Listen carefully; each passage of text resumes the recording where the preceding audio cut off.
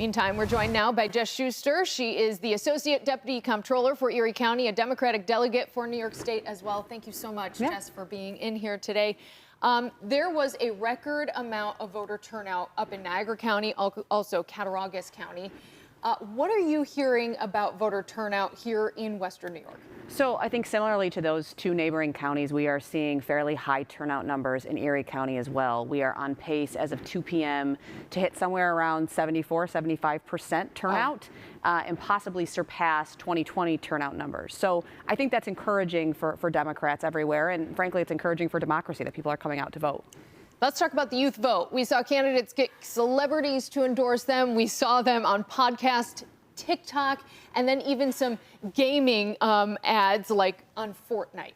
How did that impact the youth vote? Are we seeing those, young people come out and vote for this election?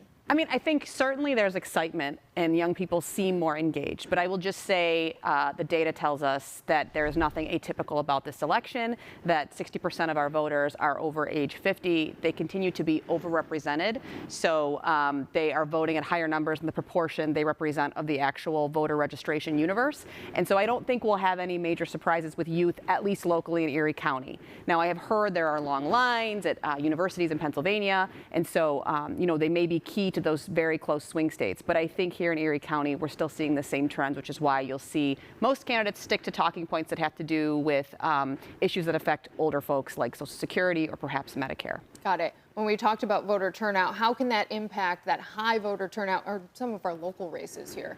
I think, typically the way that we think about turnout in elections as Democrats is that it is good for all of our local candidates. And I would expect this to be no exception to that. We have seen, slightly lower turnout in the city of Buffalo. We would expect that to pick up usually post-dinner. So, that 75% number does not seem out of reach. And I think anywhere close to that would be a real win for Democrats across the board.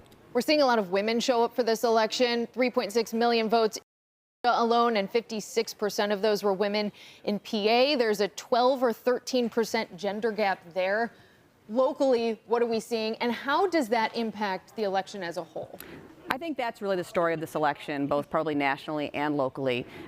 In terms of the early vote and the absentee vote, we saw 57% women voters come out and sort of run that election. On election day, as of 10 a.m., we had a tie, 50-50 male versus female, but by 2 p.m., women were also outpacing men on election day.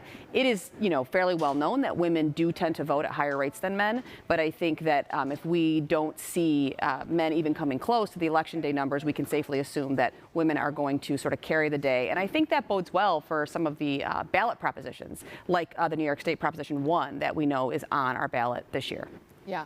And let's talk about why women are really showing up to the polls. I think people can probably guess, but explain that and how it will impact our local races here. Yeah, I think that there's a lot of reasons why anybody votes, right? And I hate to pigeonhole any one group of voters and sort of say that they are voting for one reason. But I do think that the Dobbs decision that we saw Roe versus Wade overturned had a marked effect on women across this country. And I think that we've seen that Democrats have consistently overperformed in places you would not expect since it was handed down. We didn't see necessarily that effect in 2022 in New York State, but I do expect that Democrats will retake the House. And so we may see that play a big, important role in our races for Congress here in this area. All right, Jess Schuster, thank you so much for joining us this afternoon. Yeah, thanks for having me.